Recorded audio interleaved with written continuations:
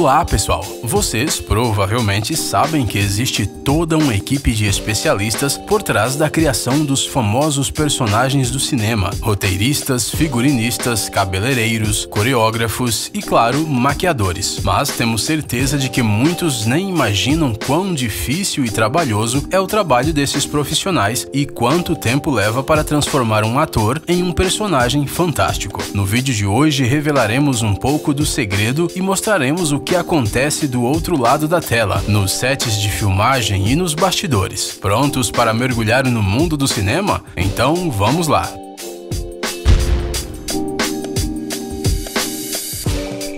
Pantera Negra.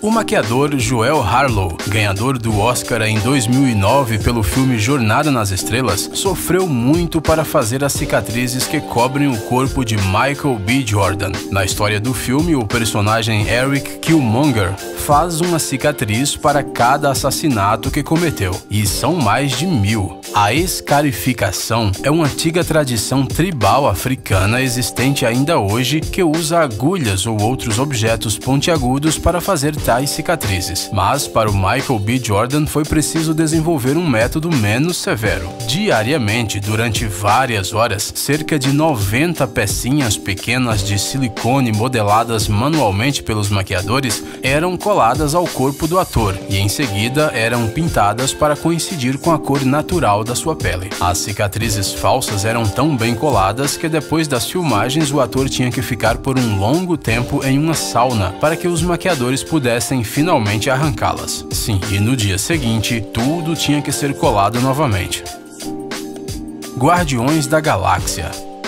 De acordo com o roteiro, a bela Gamorra, de Guardiões da Galáxia e de outros filmes da Marvel, precisava ter a pele verde. E faz sentido, porque ela representa uma civilização extraterrestre. Para ficar com a pele da cor necessária, a atriz Zoe Saldana tinha que acordar todos os dias às 5 da manhã e passar 5 horas na cadeira do maquiador. Os relevos da testa e da bochecha da artista eram alterados usando próteses de um silicone encapsulado especial. O tom exato da pele foi escolhido durante muito tempo. Por um lado, tinha que ser uma cor alienígena dinâmica e viva, mas por outro, não deveria assustar o espectador. Então, vários tons foram aplicados em uma base refletora de luz, umas regiões mais escuras e outras mais claras, para dar profundidade à pele e trazê-la à vida. A Zoe contou que devido ao calor gerado pela roupa da Gamorra, a maquiagem começou a derreter e esse foi mais um problema com o qual os maquiadores tiveram que lidar. Porém, o resultado valeu a pena, certo? Um outro personagem de Guardiões da Galáxia foi interpretado por Michael Rooker. Ele teve que ser repintado de azul, ganhou um penteado mágico e um assobio mortal. Você consegue reconhecer o ator nesse cara azul? Segundo o próprio Michael, sua maquiagem levava 3 horas para ser feita. 4 ou 5 camadas de tinta eram aplicadas, e não apenas tinta azul, mas também dourada e prateada. Mais 1h30 era necessária para remover tudo isso no final de cada gravação, e outra 1h30 mais era necessária para vestir e despir o ator. O Michael, é claro, não fazia isso sozinho, ele era ajudado por uma equipe de verdadeiros profissionais armados com pincéis, maquiagens e muita paciência. Mas seus esforços não foram em vão. Quando olhamos para o ator sem a maquiagem, parece que ele é uma pessoa completamente diferente. Na segunda parte do filme, o Yondu ganhou um novo penteado e sua pele azul renovada ficou ainda mais realista. E claro, precisamos falar sobre a Nebula. Durante as filmagens da primeira parte do filme, a atriz Karen Gillan teve que raspar completamente a cabeça. Esses eram os termos do contrato que ela assinou. E ela não titubeou em se livrar do seu cabelo vermelho, o que chocou seus fãs. No entanto, ao aceitar o papel de Nebula pela segunda vez, a Karen pediu aos cineastas que encontrassem uma maneira de evitar essa situação. Assim, a maquiagem da Nebula foi feita a partir de elementos sólidos de silicone que deixavam descoberta apenas uma faixa no centro do rosto e do pescoço da atriz. Além disso, os maquiadores precisavam ajustar a cor da pele da personagem para que ela ficasse homogênea, e isso não era uma tarefa nada fácil. No segundo filme, a Karen continuou usando as lentes escuras de 22mm todos os dias. Elas davam a assustadora impressão de que a Nebula não tinha pupilas. Vingadores Era de Ultron. Os maquiadores tiveram que trabalhar duro para criar o visual do robô androide Vision. Esse personagem dos quadrinhos adorado por muitos tinha que parecer aos clássicos, mas se encaixar no mundo moderno ao mesmo tempo. Muito tempo foi gasto tentando encontrar o tom de pele ideal, algo entre o rosa e o vermelho. Inicialmente, os especialistas em maquiagem tentaram usar próteses faciais, mas elas atrapalhavam o personagem e as feições delicadas de Paul Bettany. Portanto, foi decidido limitar o uso de próteses na testa, nuca e ao pescoço. Olhe atentamente. Nas cenas, podemos perceber que o rosto de Bettany não tem elementos adicionais. O ator usou pontos de rastreamento, de modo que artistas de efeitos especiais pudessem modelar o seu rosto. O Vision é a criação de um computador, o que significa que realmente era necessário algo não humano nele. A maquiagem no pescoço e na parte de trás da cabeça causaram muito desconforto no Paul. Foi preciso muito tempo para encontrar o material ideal para que o ator não se sentisse preso dentro da borracha. O material precisava ficar bem nas filmagens e não fazer o ator se sentir dentro de uma carapaça dura. Caso contrário, o Vision ficaria com um corpo igual ao Batman do filme dirigido por Joel Schumacher. Um outro detalhe da parte do Vision: todos os elementos foram pintados por dentro e não fora, para dar um leve efeito de transparência. Esquadrão Suicida.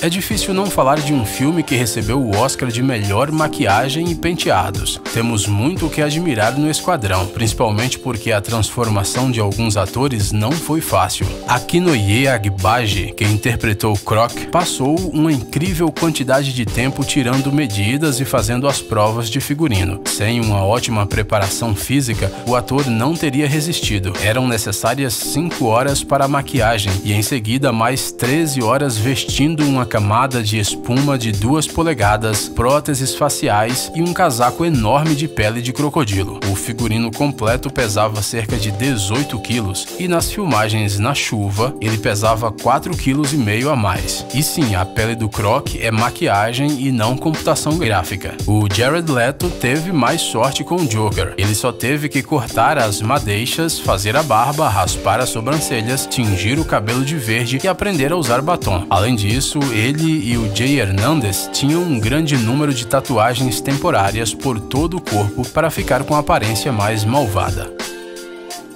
Piratas do Caribe: A Vingança de Salazar.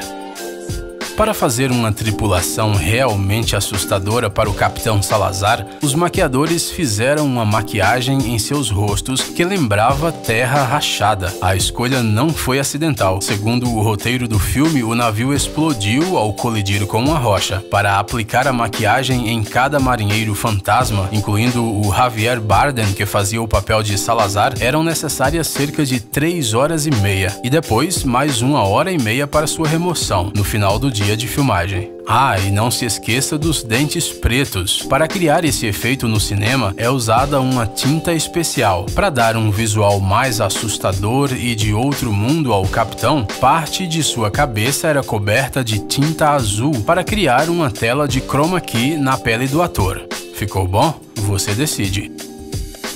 Harry Potter e as Relíquias da Morte. Para criar o visual do Griphook, o Goblin que trabalhava no banco Gringotts, os maquiadores usaram o visual do primeiro filme da série. Você provavelmente se lembra dele e daquela cena no banco. Nas partes finais, numerosas manchas faciais, um nariz enorme, bem como grandes orelhas de duende também foram usadas. O mais importante, no entanto, era não exagerar. Afinal, a maquiagem não devia interferir na atuação do ator Warwick Davis. E os maquiadores conseguiram. O Griphook que vemos na tela praticamente não foi editado graficamente. O ator até usou dentes falsos e lentes especiais para complementar o seu visual. X-Men 2. Na época em que a atual intérprete do papel Mystique, a Jennifer Lawrence, tinha apenas 13 anos de idade, a mutante de pele azul era interpretada por Rebecca Romijn. Para fazer a sua maquiagem, a atriz tinha que passar de 8 a 9 horas na cadeira do maquiador, muito mais que o tempo necessário para a maquiagem dos atores dos outros filmes que mostramos, não é mesmo? Pois é, em 2003, tudo era muito mais complicado do que hoje. A tinta era aplicada diretamente na pele e em embora fosse conveniente para os maquiadores, a atriz ficava com frio porque a única coisa no seu corpo eram algumas próteses plásticas. A tinta tinha que ser constantemente retocada entre as tomadas porque borrava. Era um trabalho árduo, já que era necessário decorar todo o corpo da Mystique com padrões de escamas que deveriam parecer naturais. Para que a Rebecca ficasse com os olhos bem amarelos, ela colocava 2 pares de lentes de uma vez e, como resultado, não via nada. No entanto, isso não a impediu de criar um personagem verdadeiramente brilhante, que muitos fãs da Marvel ainda consideram ser o melhor até hoje. O Labirinto do Fauno. E, obviamente, se estamos falando sobre maquiagem, é impossível não mencionar um filme como O Labirinto do Fauno. E não é nem por causa do Oscar. Você viu esse filme? O mais curioso é que o papel das 2 criaturas mais brilhantes do labirinto foram interpretadas pelo mesmo ator, o Doug Jones. Para se transformar em fauno, o Jones teve que sentar-se por 5 horas na cadeira do maquiador e ficar fantasiado dessa criatura mítica ao longo de todo o dia. Uma bicicleta especial foi criada para que ele pudesse se movimentar pelo set com seu figurino. O Jones até mesmo comia dentro daquela roupa. Chega a ser difícil imaginar o quão difícil isso foi para ele. Apesar de já ser alto, o ator teve que usar pernas de pau especiais em cena. As expressões do fauno eram feitas por uma máscara cheia de sensores eletrônicos que reproduziam as expressões do Jones. O segundo papel de Jones no labirinto foi o Homem Pálido, uma criatura terrível com olhos nas palmas das mãos. Esse figurino levava 4 horas inteiras para ficar pronto. Como este personagem era cego e não tinha olhos em seu rosto, o Jones tinha que enxergar através de 2 buracos nasais. Pessoal, é hora de pôr o cérebro para funcionar. Entre no canal Brain Time. Lá você encontrará um monte de fatos úteis, interessantes e também informações bem-humoradas. Inscreva-se, prometemos que será muito interessante. Obrigado por assistir. Por favor, curta e compartilhe o vídeo em suas redes sociais. Estaremos de volta com você o quanto antes.